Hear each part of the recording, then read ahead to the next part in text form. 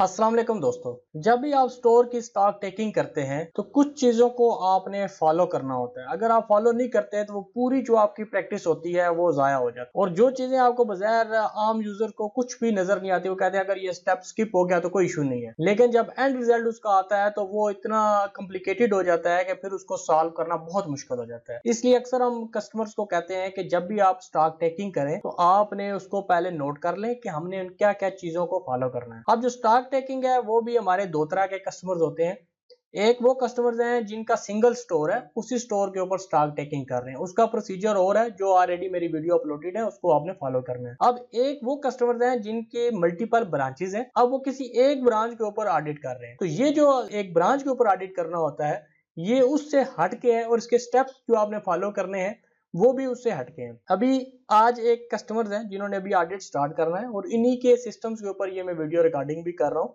तो आपने देखना है कि क्या क्या चीजें आपने ऑडिट से पहले करनी है और ऑडिट आपने किस तरह करना है और ऑडिट फिर आपने पोस्ट कैसे करना है। आप देखिए मेरे पास दो उनके सिस्टम खुले हुए हैं। ये जो B2 आपको नजर आएगी स्क्रीन के ऊपर यहाँ पे, ये इनकी ब्रांच 2 है और आज ये ब्रांच 2 के ऊपर ऑडिट इन्होंने करना है। और जो यहाँ पे आपको ये वेयर हाउस और ये एचओ वाला नजर आएगा, ये इनका मेन सिस्टम है जो हेड ऑफिस है। अब जब भी आपने ऑडिट स्टार्ट करना है वो आपने ब्रांच के लेवल के ऊपर आपने ऑडिट स्टार्ट करना है और ऑडिट स्टार्ट करने से पहले आपने किन चीजों को नजर रखना है वो ये है कि सबसे पहले तो आपने अपनी जो सेल है वो आपने स्टॉप करनी है। ये अक्सर कस्टमर क्या कहते हैं, वो साथ सेल भी कर रहे होते हैं और साथ ऑडिट करेंगे तो उसका रिजल्ट वो समझ लें कि छोटी होती है कि वो अच्छा रिजल्ट उसका नहीं आएगा। इसलिए नंबर 1 आपने ये करना है कि सेल स्टॉप करें।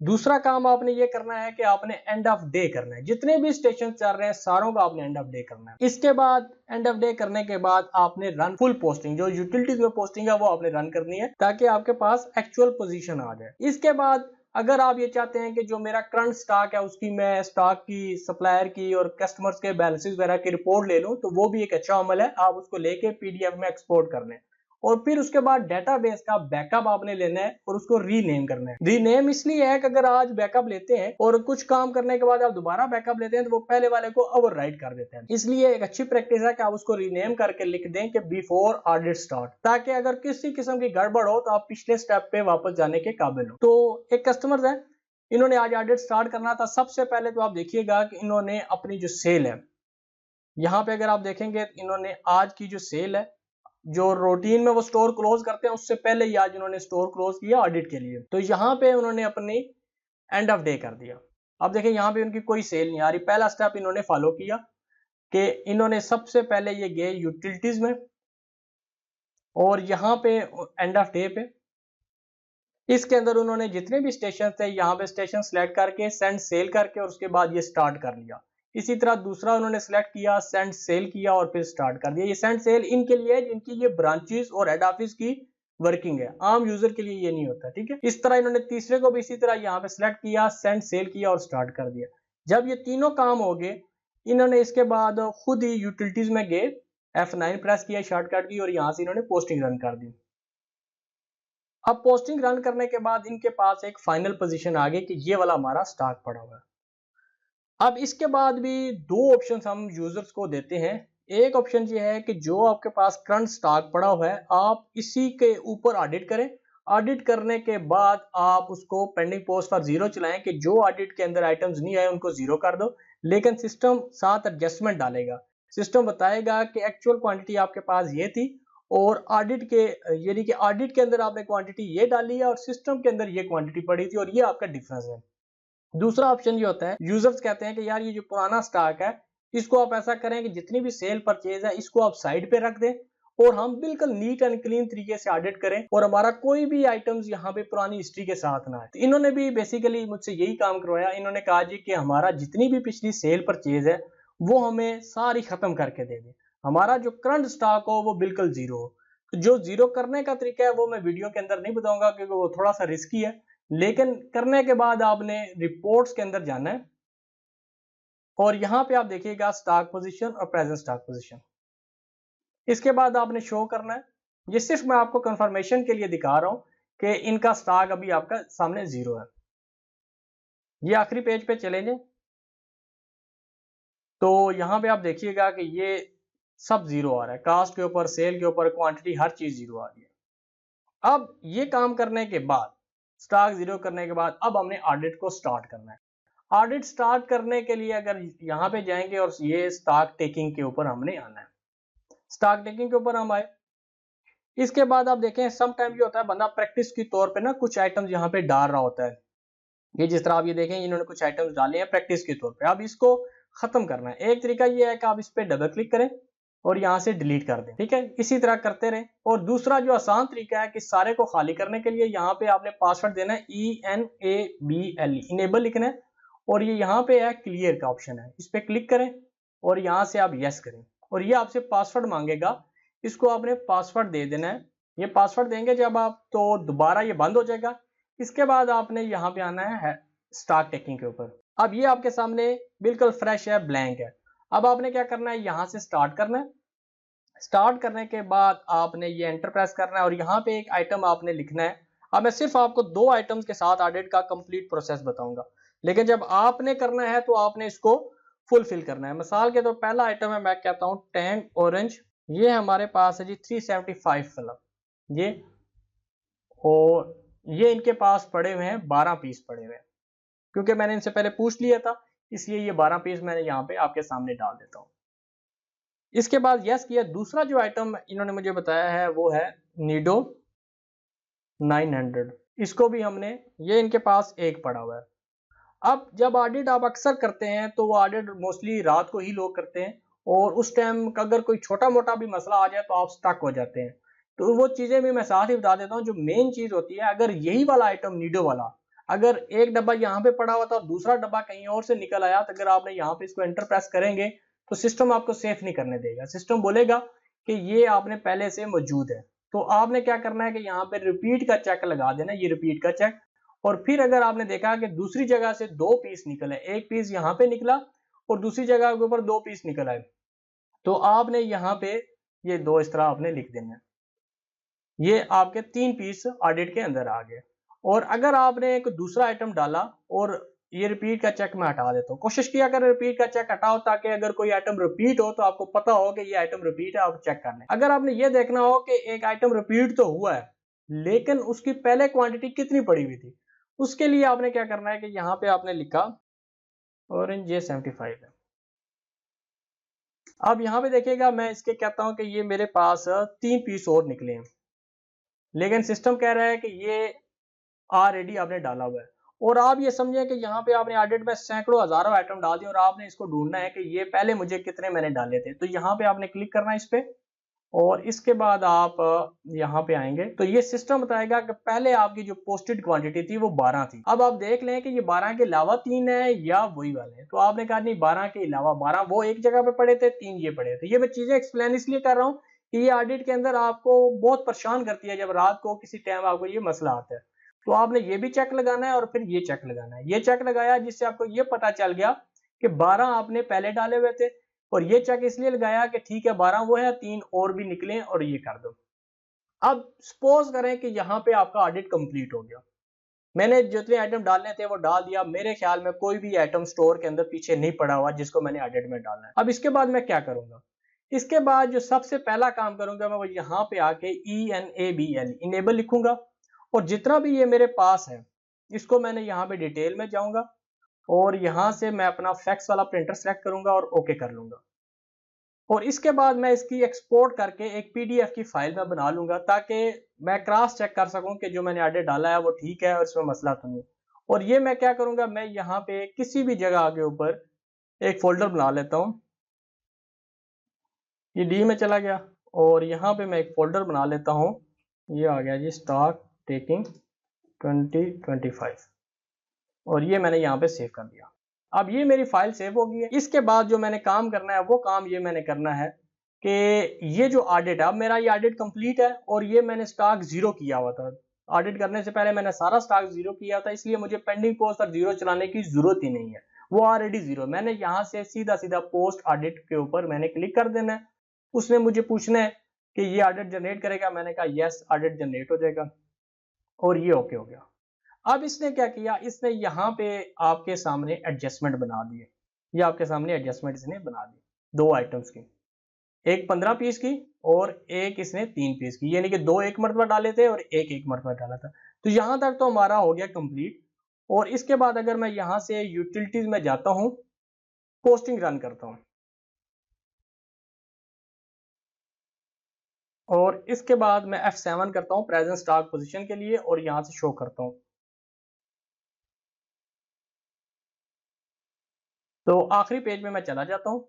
तो यहाँ पे देखिएगा 15 और 3 18, और ये उनकी कास्ट की वैल्यू और ये सेल की वैल्यू। इसका मतलब है ब्रांच के लेवल के ऊपर मेरा काम कंप्लीट हो गया। अब बारी आ जाती है कि ये ऑडिट मैंने अपने हेड ऑफिस को भी भेजना है, और हेड ऑफिस को मैंने भेजना है और उसके ऊपर भी मैंने ब्रांच का स्टॉक अपडेट करना है। उसके लिए मैं क्या करूंगा, मैं सबसे पहले यहाँ पे आऊंगा कनेक्ट टू एचओ का। ये सबसे पहले ये लाजमी है कि आपका ये सिस्टम अपने हेड ऑफिस से कनेक्ट हो।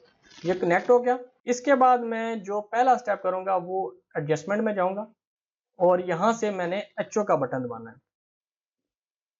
ये जितना बड़ा आपका ऑडिट होगा उतना ज्यादा टाइम लगाएगा, क्योंकि ये आइटम्स कम थे तो इसने फौरन ये सेंड कर दिया। अब मैं आ गया हूँ एचओ वाले सिस्टम के ऊपर। ये B2 वाले को छोड़ के मैं ये एचओ वाले सिस्टम पे आ गया, ये आपको नजर आ रहा है। अब एचओ में आके मैंने सबसे पहले यहाँ पे जाऊंगा और डेबिट एडजस्टमेंट पे आऊंगा। इसके अंदर ये देखिएगा कि ये ब्रांच का आपने ऑडिट देखना है, उसने जो ऑडिट आपको भेजा है। ये वोचर डेट आप कर लें, और ये 020002 उसने भेजा है। ये हमारे पास ये ऑडिट आ गया। इसके बाद मैंने यहाँ पे हेड ऑफिस वाले सिस्टम के ऊपर भी पोस्टिंग रन करनी है। अब मैं यहाँ पे पोस्टिंग क्यों रन कर रहा हूँ, मैं पोस्टिंग इसलिए रन कर रहा हूँ ताकि हेड ऑफिस के ऊपर जो स्टॉक है वो एक्यूरेट हो जाए, ताकि मैं फिर ब्रांच का जो ऑडिट है वो भी इसको सेंड करूँ। अब ये इसकी पोस्टिंग रन होगी। जब पोस्टिंग रन हो गया, मैं दोबारा रिपीट करता हूँ, मैंने हेड ऑफिस पे आके जो डेबिट एडजस्टमेंट मेरे पास आया था वो मैंने देखा मेरे पास रिसीव हो गया। उसको मैंने यहाँ से यूटिलिटी में से जाके पोस्टिंग चलाई ताकि मेरे पास फाइनल स्टॉक आ जाए। फिर मैं वापस जाऊंगा ब्रांच के ऊपर। ब्रांच के ऊपर मैंने यहाँ पे आना है स्टॉक टेकिंग के ऊपर, और इसके बाद मैंने यहाँ पे देखिएगा पासवर्ड डालना है ENABLE। इसके बाद फिर मैंने एचओ का बटन दबाना है। पहले मैंने एडजस्टमेंट सेंड की थी, अब मैंने ये जो ऑडिट है ये भी वहां पे सेंड किया। अब वापस इसको मैं बंद कर दूंगा। ब्रांच के ऊपर आपका काम ऑलमोस्ट खत्म हो गया, आप अपना काम स्टार्ट कर सकते हैं, किसी किस्म का कोई परेशानी नहीं है। अब आ जाते हैं एचओ के ऊपर। एचओ के ऊपर आपने यूटिलिटीज में आना है, वही स्टॉक टेकिंग आपने ओपन करनी है जो आपने ब्रांच के ऊपर ओपन कर रहे थे। आपने ये चेक कर लेना है कि यहाँ पे जो आपके पास ऑडिट आया था वो क्या था, क्योंकि ब्रांच का हमने स्टॉक 0 किया हुआ था। वहां पे हमारे पास जो डिफरेंस जितना ऑडिट था उतना डिफरेंस आ रहा था, लेकिन यहाँ पे इस ब्रांच का स्टॉक यहाँ पे पड़ा हुआ था कुछ ना कुछ। तो ये जो हमारे पास ऑडिट में 18 पीस थे, जबकि जो सिस्टम के अंदर इस ब्रांच का स्टॉक बता रहा था ऑफिस में वो 78 बता रहा था। ये आपने इसको आपने देखना है। अब ये मेरे पास आ गया, मैंने ये आया था वोचर नंबर ये था, और स्टोर नंबर आपके सामने 1002 था, उस ब्रांच का था। इसके ऊपर भी मैंने ENABLE इनेबल करना है। इनेबल करने के बाद इसके ऊपर मैंने पेंडिंग पोस्ट फॉर 0 चलाना है। उसकी वजह यह है कि इस ब्रांच का स्टॉक मेरे पास पड़ा हुआ है, ताकि इस ऑडिट के अलावा जो भी इस ब्रांच का स्टॉक हेड ऑफिस में पड़ा हुआ है उसको 0 कर दो। उसके मैंने यस करना है, और यहाँ पे मैंने इसको पासवर्ड देना है CITCS। ये मैंने पासवर्ड दिया, उसने कहा प्रोसेस कंप्लीट सक्सेसफुली। इसके बाद मैंने यहाँ पे दोबारा इस पे आना है।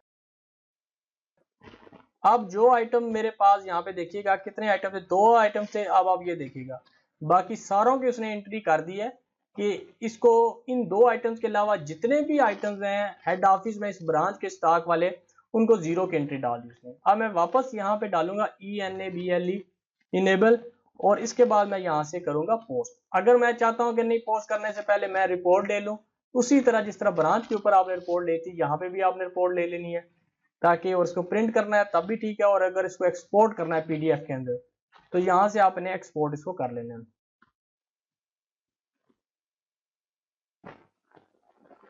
ये मैंने, अब ये मेरा एचओ पे हो गया।